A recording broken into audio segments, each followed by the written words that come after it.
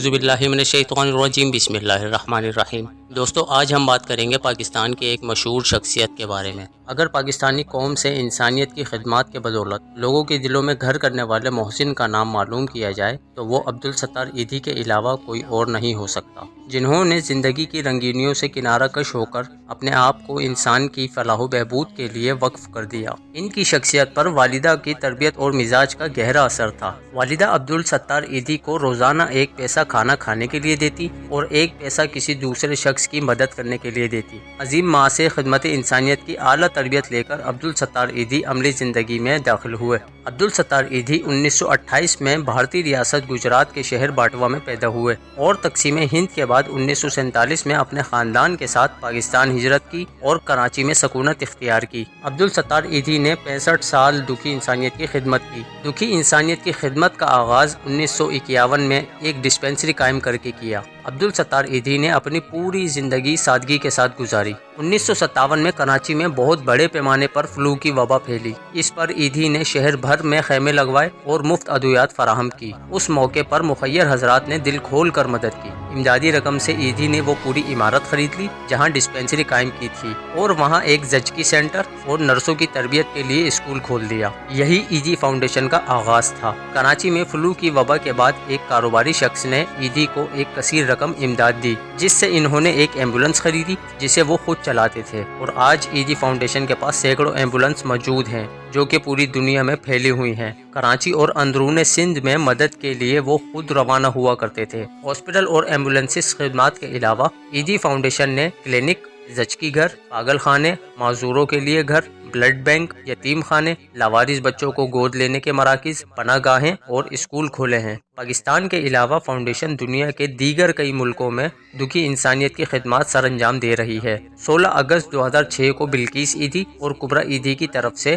Edhi international ambulance foundation کے قیام کا اعلان کیا گیا۔ انسانیت کی خدمت پر پاکستان میں انسٹی ٹیوٹ آف بزنس ایڈمنسٹریشن سے ڈاکٹریٹ کی اعزازی سند دی گئی۔ عبدالستار ایدھی کو دکھی انسانیت کی خدمت کے اعتراف میں کئی ملکی اور بین الاقوامی اعزازات سے نوازا گیا۔ دنیا میں سب سے بڑی رضاکارانہ ایمبولینس آرگنائزیشن کے قیام پر Guinness book of world record کا اعزاز حاصل کیا۔ ایدھی بذات خود بغیر چھٹی کیے لمبے عرصے تک کام کرنے کے عالمی ریکارڈ کے حامل ہیں۔ 1980 کی دہائی میں پاکستانی حکومت نے انہیں نشان امتیاز دیا۔ پاک فوج نے انہیں شیلڈ آف آنر کے اعزاز سے نوازا، جبکہ 1992 میں حکومت سندھ نے انہیں social worker of sub continent کا اعزاز دیا۔ بین الاقوامی سطح پر 1986 میں عبدالستار ایدھی کو فلپائن نے رومن میگزے ایوارڈ دیا۔ 1993 میں روٹری انٹرنیشنل فاؤنڈیشن کی طرف سے انہیں پاؤل ہیرس فیلو دیا گیا اور 1988 میں آرمینیا میں زلزلہ زدگان کے لیے خدمات کے صلے میں انہیں امن انعام برا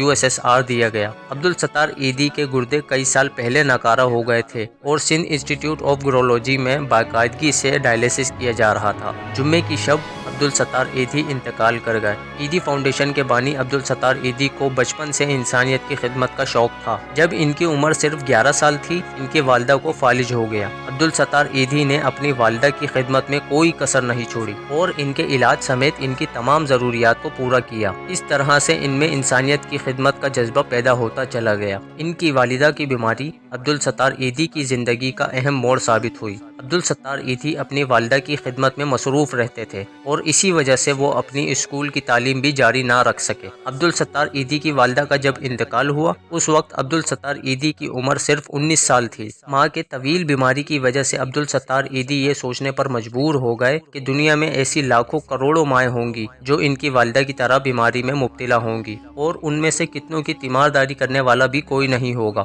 عبدالستار ایدھی نے اپنی زندگی میں تقریباً 2000 سے زیادہ تعفن زدہ لاشیں اپنے ہاتھوں سے اٹھائیں اور ان کی تدفین مکمل طریقے سے کرتے رہے۔ عبدالستار ایدھی ساری زندگی مردوں کے کپڑوں کا لباس پہنتے رہے اور وہ جوتے بھی مردوں کے استعمال کیا کرتے تھے۔ عام طور پر مرنے والے شخص کی چیزیں لواحقین استعمال نہیں کرتے تھے، لیکن عبدالستار ایدھی وہ واحد شخص تھا جنہوں نے اس روایت کو توڑ دیا کہ مرنے والے کی اشیاء استعمال کرنا نحوست کا سبب ہے۔ عبدالستار ایدھی نے سوچا انہیں بے بس لوگوں کی مدد کرنی چاہیے۔ ان کے ذہن میں تھا کہ انہیں بے بس اور بے سہارا لوگوں کے لیے ہاسپٹل قائم کرنے چاہیے جہاں بے سہارا اور غریب لوگوں کو رکھا جا سکے اور ان کا علاج ہو سکے۔ ان کے ذہن میں معذور لوگوں کی مدد کرنے کا آئیڈیا بھی تھا، جس کے لیے انہوں نے بھرپور کام کیا۔ ملک بھر میں ایدھی فاؤنڈیشن کی 1200 ایمبولینسز کام کر رہی ہیں، جن میں سے 300 کراچی میں ہیں۔ اس کے علاوہ ایدھی فاؤنڈیشن کے پاس 2 جہاز، 1 ہیلی کاپٹر، اسپیڈ بوٹ اور ربڑ بوٹ بھی موجود ہے۔ ایدھی فاؤنڈیشن کا نیٹ ورک ملک کے 100 سے زائد شہروں میں موجود ہے۔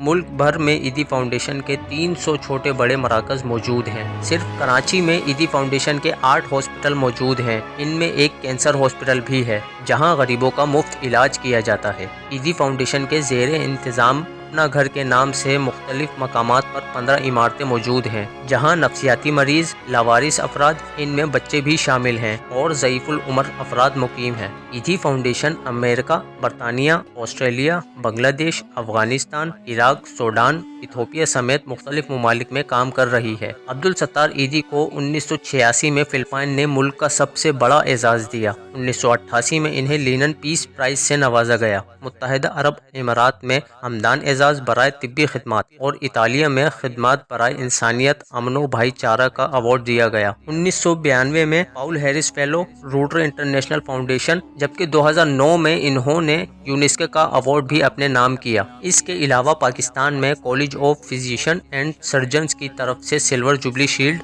اور حکومت سندھ کی طرف سے سماجی خدمت گزار برائے بر صغیر پاکستان کا نشان امتیاز دیا گیا۔ عبدالستار ایدھی کو محکمہ صحت اور سماجی بہبود کی طرف سے بہترین خدمت کا اعزاز دیا گیا۔ عبدالستار ایدھی کو Pakistan academy of medical sciences کا اعزاز، پاکستان سیوک اعزاز، پاکستان انسانی حقوق معاشرے کی طرف سے انسانی حقوق اعزاز اور عالمی میمن تنظیم نے بھی انہیں لائف ٹائم ایوارڈ دیا ہے۔ ڈاکٹر عبدالستار ایدھی نے آج سے تقریباً 35 سال پہلے 1985 میں معاش گوٹ میں ایدھی قبرستان قائم کیا، جہاں لاوارث افراد کو سپرد خاک کیا جاتا تھا، جبکہ ایسے مفلس اور غریب لوگ جن کے پاس اپنے پیاروں کی تدفین پر آنے والے اخراجات نہیں ہوتے تھے، ان کی تدفین بھی ایدھی فاؤنڈیشن کے تحت بغیر کسی معاوضے کے کی جاتی ہے۔ عبدالستار ایدھی نے سب سے پہلے کھارادار میں ایدھی غسل خانہ قائم کیا، جہاں میتوں کو غسل دیا جاتا ہے، اور بعد میں انہوں نے سوراب گوٹ کے قریب ایدھی سرد خانہ اور غسل خانہ قائم کیا۔ ایدھی سرد خانے میں ایک وقت میں 150 سے زائد میتوں کو رکھا جا سکتا ہے۔ عبدالستار ایدھی نے ایک بے سہارا بھارتی لڑکی گیتا کو بھی ایدھی ہوم میں پناہ دی۔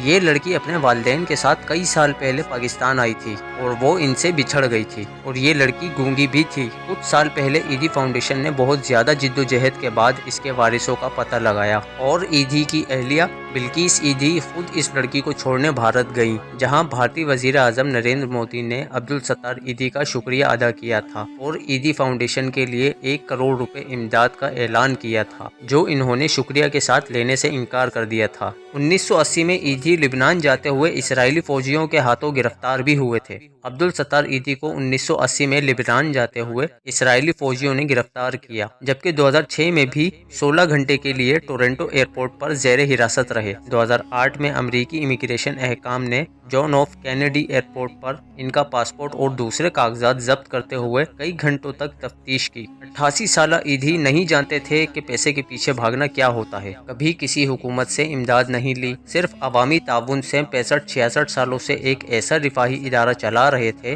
جس کا اب سالانہ خرچ تقریباً 1 ارب روپے ہے، تاہم آمدنی اس سے دگنی ہے، اور یہ ادارہ اپنے پیروں پر کھڑا ہے۔ سادہ اتنے تھے کہ ہر ایک کو بتاتے تھے کہ ادارے میں امدادی رقم ڈبل آتی ہے اور سنگل خرچ ہوتی ہے۔ نڈر اتنے تھے، کوئی پروٹوکول نہیں، بدترین حالات میں بھی کوئی سیکیورٹی حسار نہیں۔ بلوچستان گئے تو ڈاکو ان سے اتنے متاثر ہوئے کہ انہوں نے چوری کرنے سے توبہ کر لی۔ شمالی وزیرستان گئے تو طالبان نے بے لوث رہنما مان لیا اور ڈھیروں امداد دے کر حفاظت کے ساتھ روانہ کیا۔ پاکستان کے علاوہ اسلامی دنیا میں بھی عبدالستار ایدھی نے غیر خود غرض اور محترم شخص کے طور پر شہرت پائی تھی۔ شہرت اور عزت کے باوجود انہوں نے اپنی سادہ زندگی کو ترک نہیں کیا۔ وہ سادہ روایتی پاکستانی لباس پہنتے تھے، جو صرف 1 یا 2 ان کی ملکیت تھی۔ اس کے علاوہ ان کی ملکیت کھلے جوتے کا ایک جوڑا تھا۔ تو دوستو، یہ تھی ہماری آج کی ویڈیو اچھی لگی تو ویڈیو کو لائک کریں، چینل کو سبسکرائب کریں۔ ملتے ہیں نیکسٹ ویڈیو میں، تب تک کے لیے اللہ حافظ۔